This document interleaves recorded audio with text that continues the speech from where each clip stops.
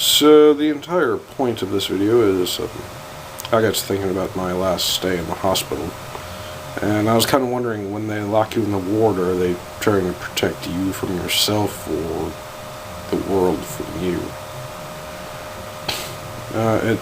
It's probably a bit of both, but honestly the place feels more like a prison than a place of healing.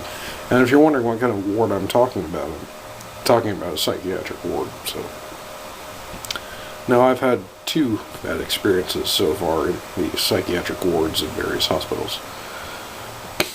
One was I got locked into a high security area of the psychiatric ward for no reason at all. And this was in the area where there are people who have completely lost their grip on reality. I mean, there's one guy in there who was just plain out delusional, thought he was gonna have surgery on his brain or some shit like that. I don't know, it wasn't. He was babbling all fucking day, so I decided to ignore him. And there was another guy in there who, I don't even think he knew that he was a person. So, yeah. And the other experience I've had in the psych ward so far is this place down in Evansville. There was a older woman in there, about in her 60s, late 60s, early 70s.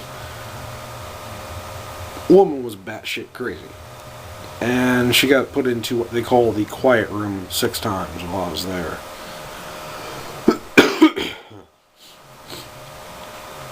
Now, what the quiet room actually is your standard padded rubber room, whatever you want to call it. Straight jackets are usually involved, along with heavy restraints. So, yeah.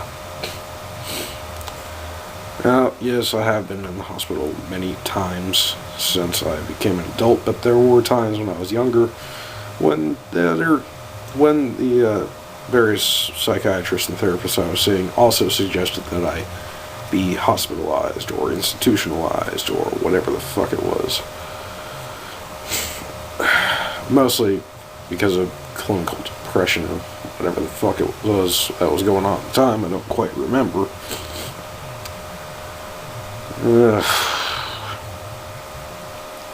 Not to mention,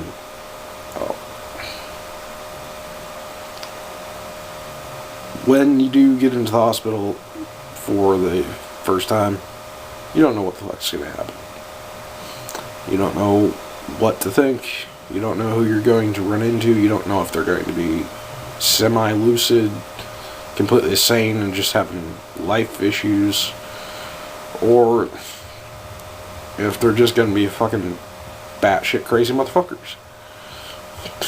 And no matter what they are, what condition they're in, there's always that one little pill that the hospital wants you to take. Usually a sedative. In the words of one of my favorite singers, it's basically taking the pill that makes you weaker, taking the pill that makes you feel like you're dead.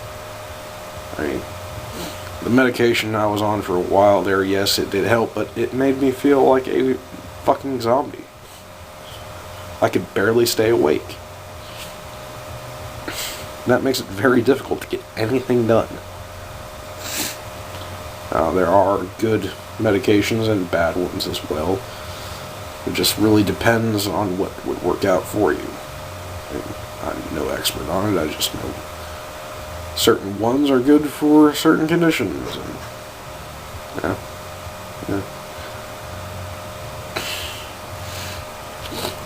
Might go into a bit more detail later, but for now, I don't know.